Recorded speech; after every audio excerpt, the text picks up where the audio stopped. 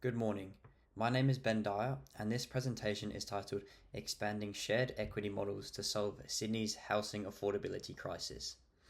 Sydney's housing affordability has deteriorated to critical levels. The median price now exceeds 1.48 million Australian dollars, while average household income has not kept pace. My analysis examines how Longview, a property and investment firm, can strategically expand its shared equity model to help restore home ownership access while sustaining investor returns. To investigate this, I applied two economic frameworks, demand and supply, and price elasticity of demand, supported by Excel analysis, including summary statistics, charting, and regression analysis. Together, they show how data-driven strategy can resolve a systematic market imbalance. Sydney's housing market has become structurally imbalanced. Between 2015 and 2025, median prices rose 49%, from $1 million to $1.486 million, while household income grew only 35%, from $80,000 to $108,000. The price to income ratio widened from 12.5 to 13.8, proving affordability has eroded. My dataset integrates ABS price and income statistics, RBA cash rate data, and R Top 10's 2025 Sydney Market Update, combining economic reliability with current relevance.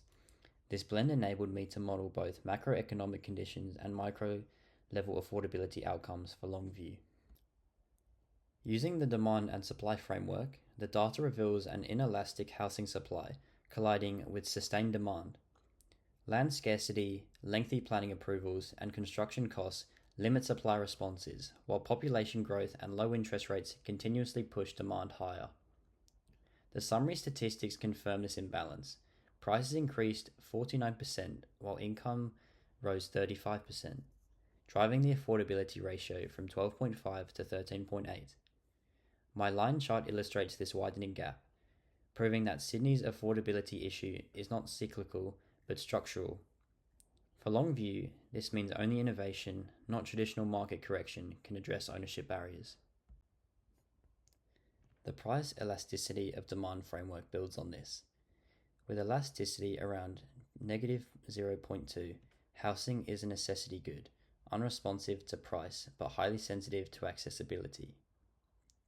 The 2015 to 2025 comparison shows prices up 49% and incomes only up 35%, magnifying the gap.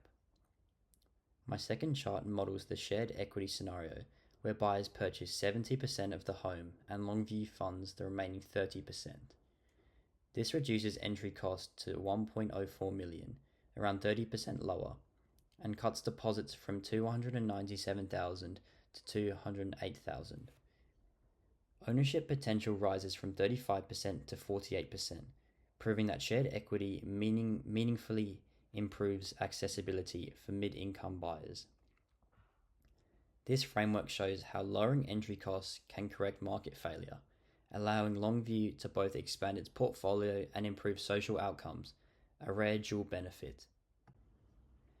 To validate these patterns quantitatively, I developed a regression model linking Sydney house prices to income and interest rates. The model achieves an R-squared of 0.89, explaining 89% of price variation. The income coefficient shows every $1,000 rise in income adds about $8,600 to median prices, confirming that income strongly drives demand. The interest rate coefficient shows a 1% rise in rates reduces house prices by roughly $22,000. This regression confirms Sydney's housing market is demand-driven, influenced primarily by income and credit conditions. For Longview, it signals that portfolio expansion should be timed when rates stabilise and income growth recovers, ensuring affordability gains align with investor returns. Integrating these results reveals Longview's strategic direction. Demand-supply analysis identifies a structural shortage, suggesting Longview should focus on mid-income renters priced out of ownership.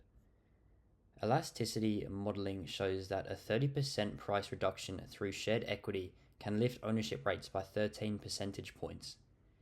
Regression results highlight when to scale during stable credit conditions and rising incomes. From these findings, I recommend that Longview partner with state shared equity schemes, target households earning $90,000 to $130,000, and prioritize investment in growth corridors such as Parramatta and Penrith, where demand exceeds supply.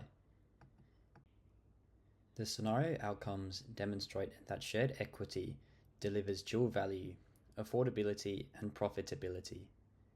Entry costs drop from $1.486 million to $1.04 million, and deposits fall 30%. Ownership potential increases from 35% to 48%, while investor return rises from 7.3% to 12.8%, with portfolio growth projected at 28% over 5 years. This is a Pareto improvement. Both buyers and investors gain. The shared equity model not only enhances Longview's ESG credentials, but also proves that inclusive housing can align with financial performance. The accompanying table visualizes the win-win outcome clearly, supporting both economic and ethical business growth. To conclude, this project demonstrates how economic reasoning and business analytics can jointly drive real-world strategy.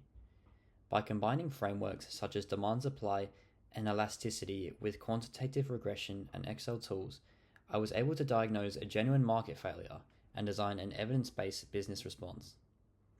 Personally, this project strengthened my ability to translate data into strategic insight, an essential employability skill. It challenged me to communicate complex analysis visually, clearly, and persuasively. I learned to think critically, question casual links, and convert findings into actionable business recommendations. These are the precise skills expected of roles such as a business analyst, property economist, or strategy consultant.